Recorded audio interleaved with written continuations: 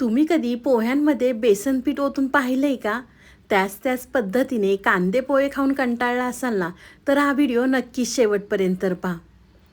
Hi hello नमस्ते. स्वाती सांडभोर या YouTube चॅनलवर तुम्हा सगळ्यांचं अगदी मनापासून स्वागत करते.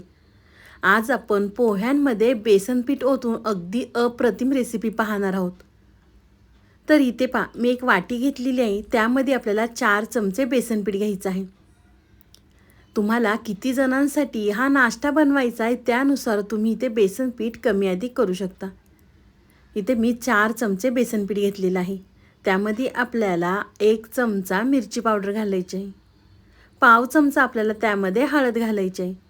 थोडं थोडं पाणी घालून आपल्याला हे मिक्स करून घ्यायचं आहे. पीठ मिक्स करताना खूप जास्त पाणी घातलं तर पिठाच्या गाठी होतील. त्यामुळे आपल्याला थोडं थोडं पाणी घालून हे पीठ मिक्स करायचं आहे. खूप जास्त आपल्याला सैलसर करायचं नाही आहे. अगदी व्हिडिओमध्ये दाखवते ना त्या पद्धतीने हे बेसन पीठ मिक्स करून घ्या. तर तुम्ही या ठिकाणी पाहू शकता मी बेसन पीठ मिक्स करून घेतलेलं आहे. इथे मी बाऊल घेतलेला आहे. त्यामध्ये आपल्याला 1 वाटी कांदा पोहे घ्यायचे आहेत.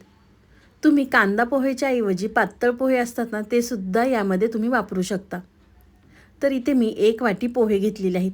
पोहे आपल्याला चाळणीने स्वच्छ चाळून घ्यायचे आहे, म्हणजे पोह्यांमध्ये जो काही कचरा असेल तो निघून जाईल. त्यानंतर आपल्याला पाणी घालून हे पोहे 2 पाण्याने स्वच्छ धुवून घ्यायचे आहेत. तर एका पाण्याने इथे मी धुवून घेतलेलं आहे, त्यामधलं सगळं पाणी काढून टाकलेलं आहे. दुसऱ्या पाण्याने सुद्धा आपल्याला हे पोहे स्वच्छ धुवून घ्यायचे आहेत. त्यामध्ये आपल्याला थोडंसं पाणी ठेवायचं आहे. तर तुम्हाला इथे मी दाखवतेच की 1 चमचा भरून पाणी त्यामध्ये मी ठेवलेलं आहे. तर 10 मिनटासाठी आपल्याला हे पोहे भिजत ठेवायचे आहेत.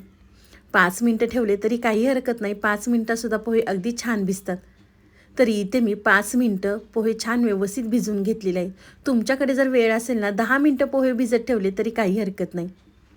पोहे भिजल्यानंतर आपण जे बेसन पीठ मिक्स करून घेतलं होतं ते आपल्याला त्यामध्ये घालायचं आहे. तोपर्यंत तुम्ही माझा व्हिडिओ इथपर्यंत पाहिलाच आहे आणि व्हिडिओ थोडा तरी आवडला असेल ना तर व्हिडिओला 1 लाईक नक्कीच करा. साईडचं बेल आयकॉनसुद्धा प्रेस करा, म्हणजे तुम्हाला माझे नवीन व्हिडिओ पाहायला मिळतील. बेसन पीठ घातल्यानंतर पोह्यांमध्ये आपल्याला व्यवस्थित मिक्स करून घ्यायचं आहे.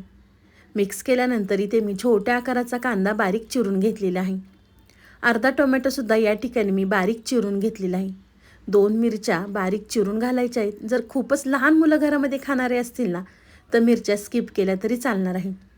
आता तुमच्याकडे जी फ्रीजमध्ये भाजी अवेलेबल असेल ना तुम्ही ती यामध्ये घालू शकता.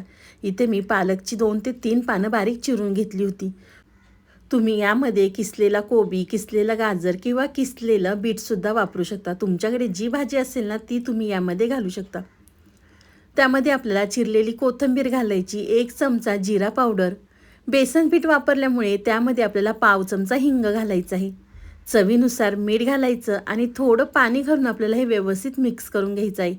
ज्या वाटीमध्ये मी बेसन पीठ मिक्स करून घेतलं होतं त्या वाटीमध्ये थोडंसं पाणी घालून त्यामध्ये घातलेलं आहे. आपल्याला हे पीठ खूप जास्त सैलसर करायचं नाही आहे किंवा खूप जास्त दाटसरसुद्धा करायचं नाही आहे. अगदी व्हिडिओमध्ये दाखवते ना त्या पद्धतीने पीठ व्यवस्थित मिक्स करून घ्या. तर तुम्ही या ठिकाणी पाहू शकता मी हे पीठ व्यवस्थित मिक्स करून घेतलेलं आहे. एका साईडला पॅन गरम करून घेतलेला आहे. त्यामध्ये आपल्याला तेल घालायचं आहे. पॅनमध्ये तेल आपल्याला सगळीकडे पसरवून घ्यायचं आहे.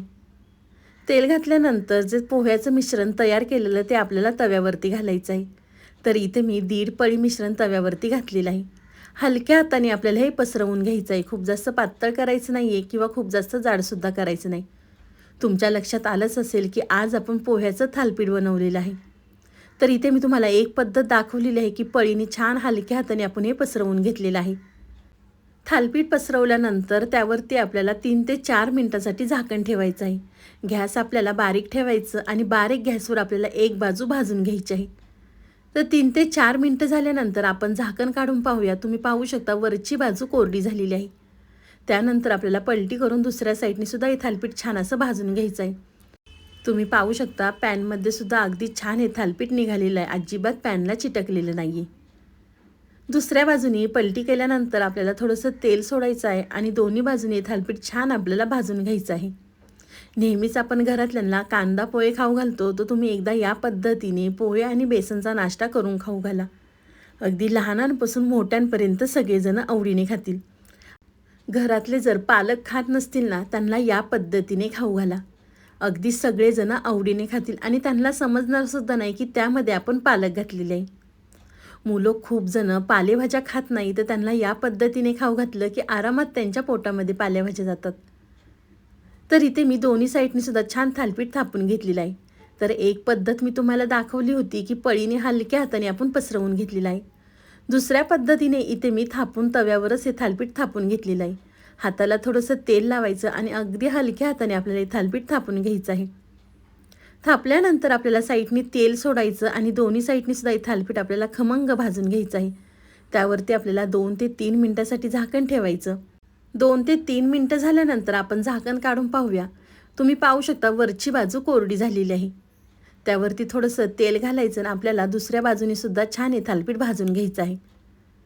थालीपीठ भाजण्याची घाई करायची नाही, कारण बारीक गॅसवर भाजलं की छान आतपर्यंत हे थालीपीठ भाजलं जातं. तुम्ही पाहू शकता थालीपीठाला रंगसुद्धा किती सुंदर आलेला आहे.